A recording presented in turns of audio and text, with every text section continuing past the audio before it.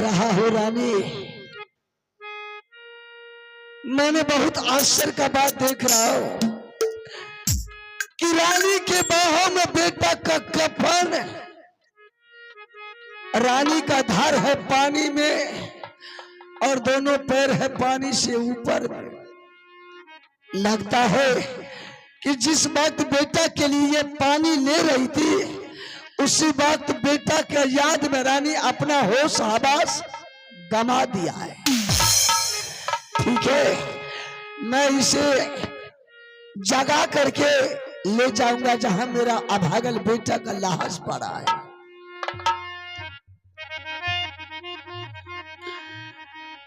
अपना है रानी, देख मैंने बेटा का लाश को छोड़ करके तुम्हें पता लगाते लगाते मैं गंगा किनारा गया हूँ रानी, और तूने आकर के इस माँ गंगा में सो गई। ऐसा धर्म तुझे नहीं होना चाहिए।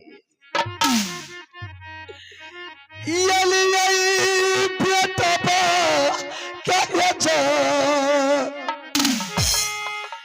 बेटा के लाश छोड़ के ये गंगा जी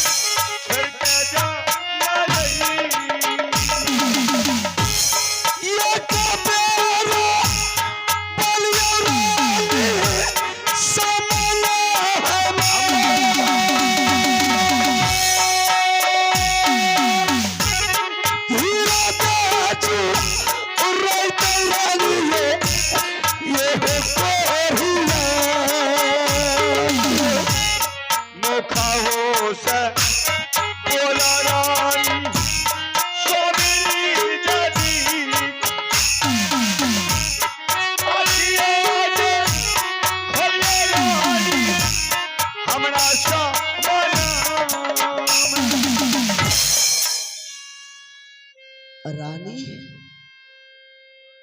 रानी देख मैंने बेटा का लाश को छोड़ के आया हूँ रानी,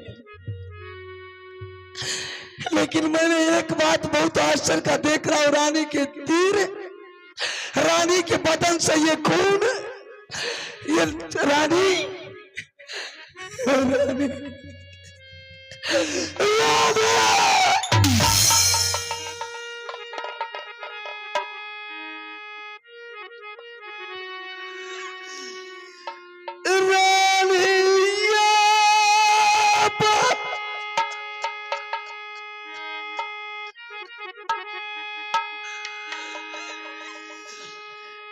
सोना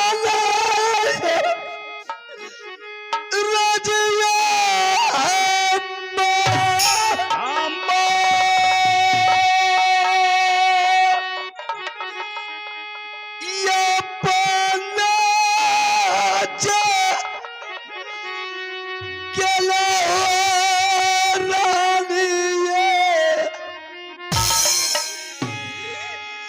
छोड़ के तू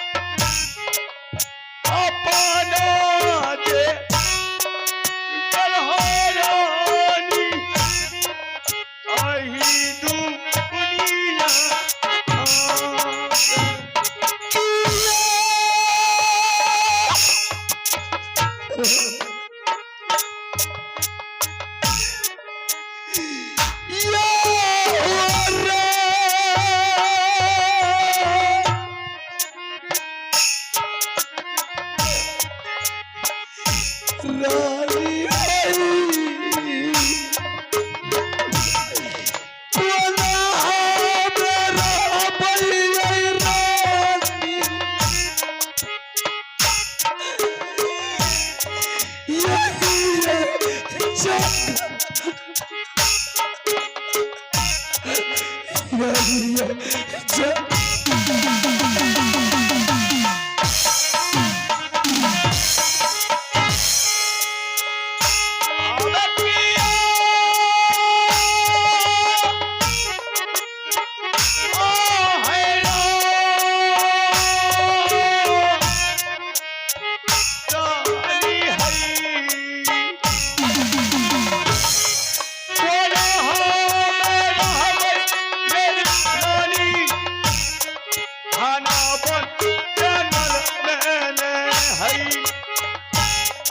खाना बानी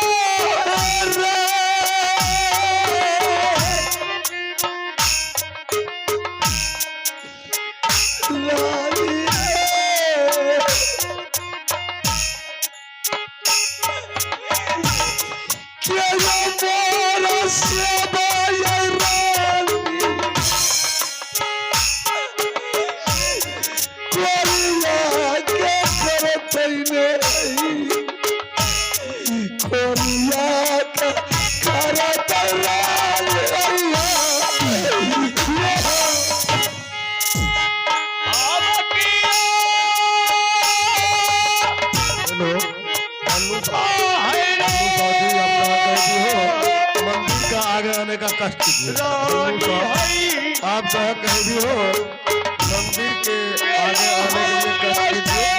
आपका आदमी कोरिया के करतई ने हई, कोरिया के करतई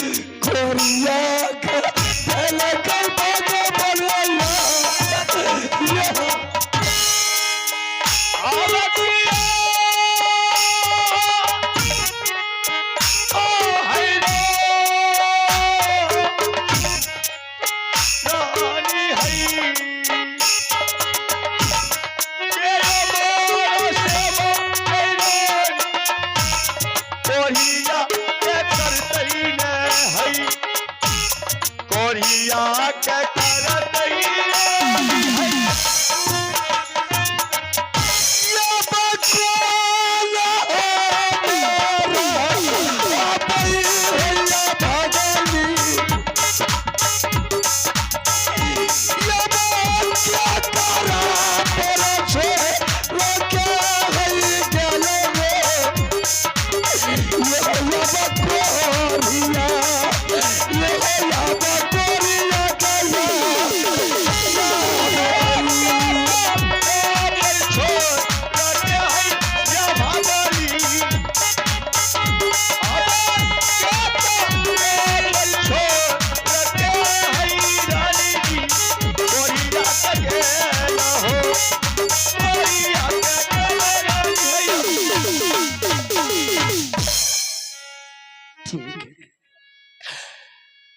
जो मालिक किया वो अच्छा किया।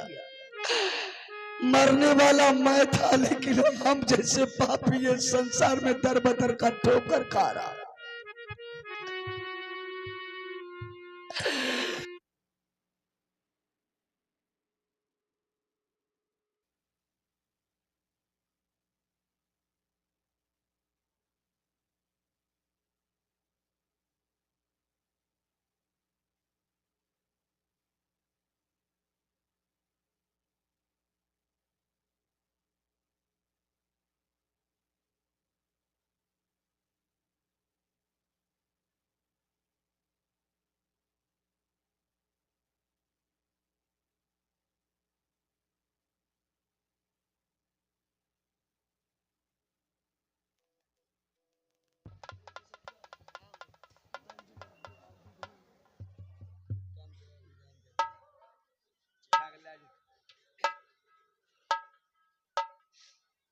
Hello hello hello.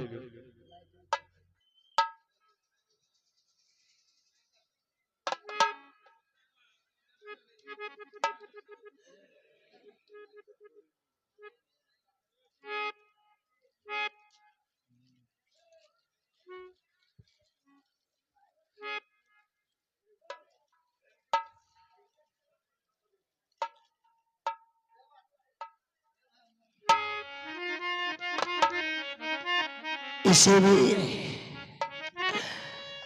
इसे भी उठा करके ले जा रहा हूं जिस जंगल में मेरा भागल बेटा का लाश है। दोनों माँ बेटा को एक ही अर्थी में दे करके संस्कार कर देंगे और हम भी बच करके ये संसार में क्या करेंगे, हम भी उसी अर्थी में जल करके मर जाएंगे। चलो लो मैं कोरिया बाबू साहब जंगल के जहाँ लहास लगे बेटा दूल्हा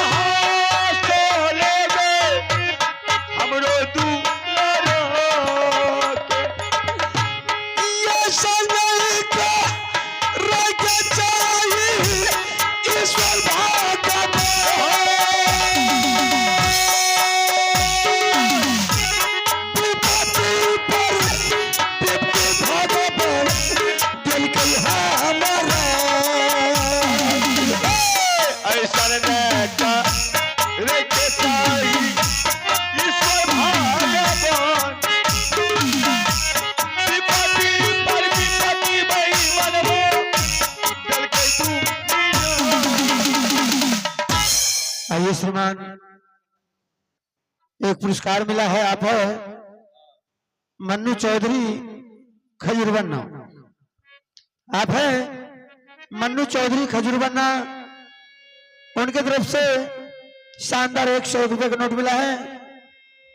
और श्रीमान मन्नू चौधरी, अगर इस आवाज को आप सुनते हैं तो आपका साथी मंच के पीछे आपका इंतजार कर रहा है, आप उससे जाकर के मिले। बहुत बहुत धन्यवाद।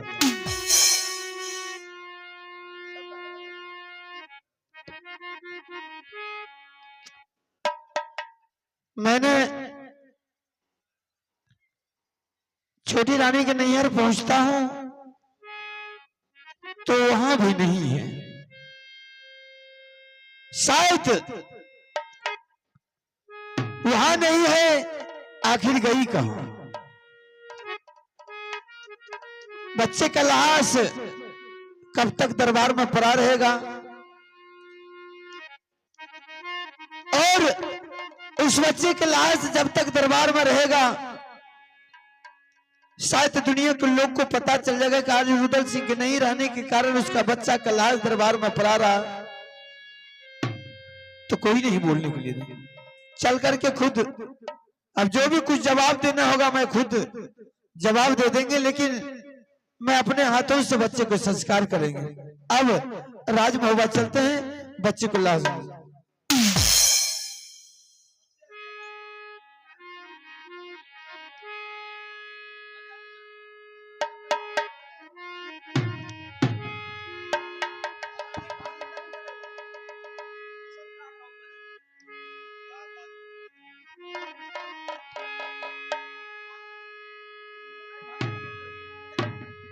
हेलो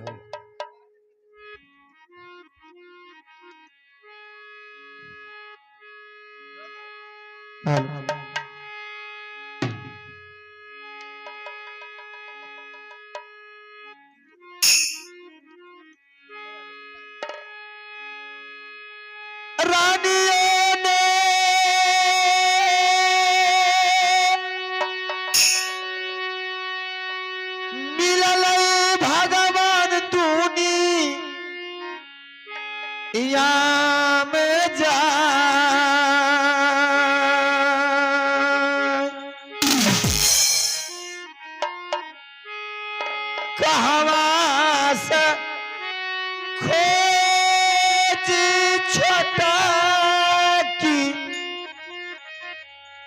लई तारा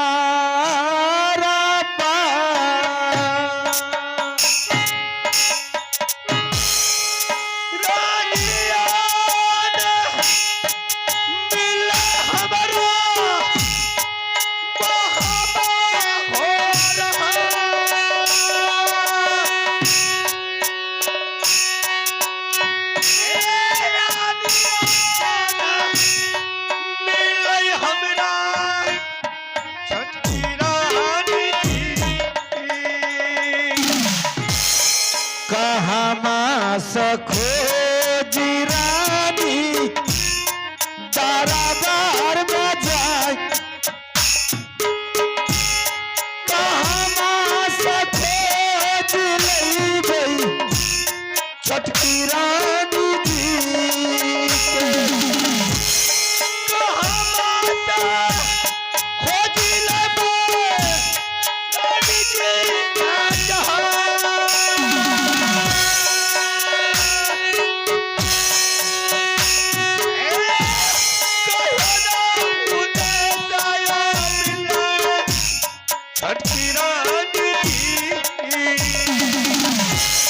चलिए मैं भली आई भैया दरबार के जाई जहाँ माला सलागे जेता दुलारा के जहाँ माला दया लागे दुलारा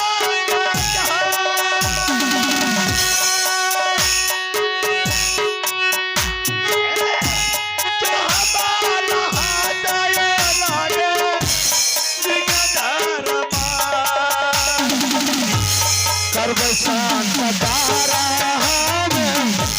दुलारा के जाई बेटा शांत तारा तारा गई नागर तमोहावा हो भैया दुलारा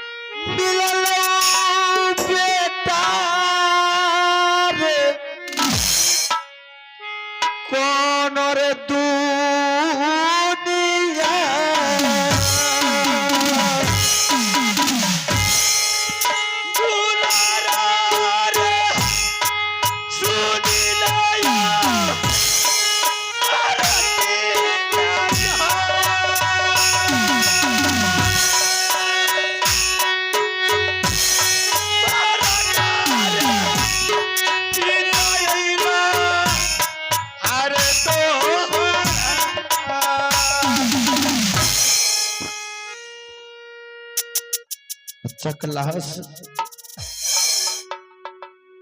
दरबार से गायब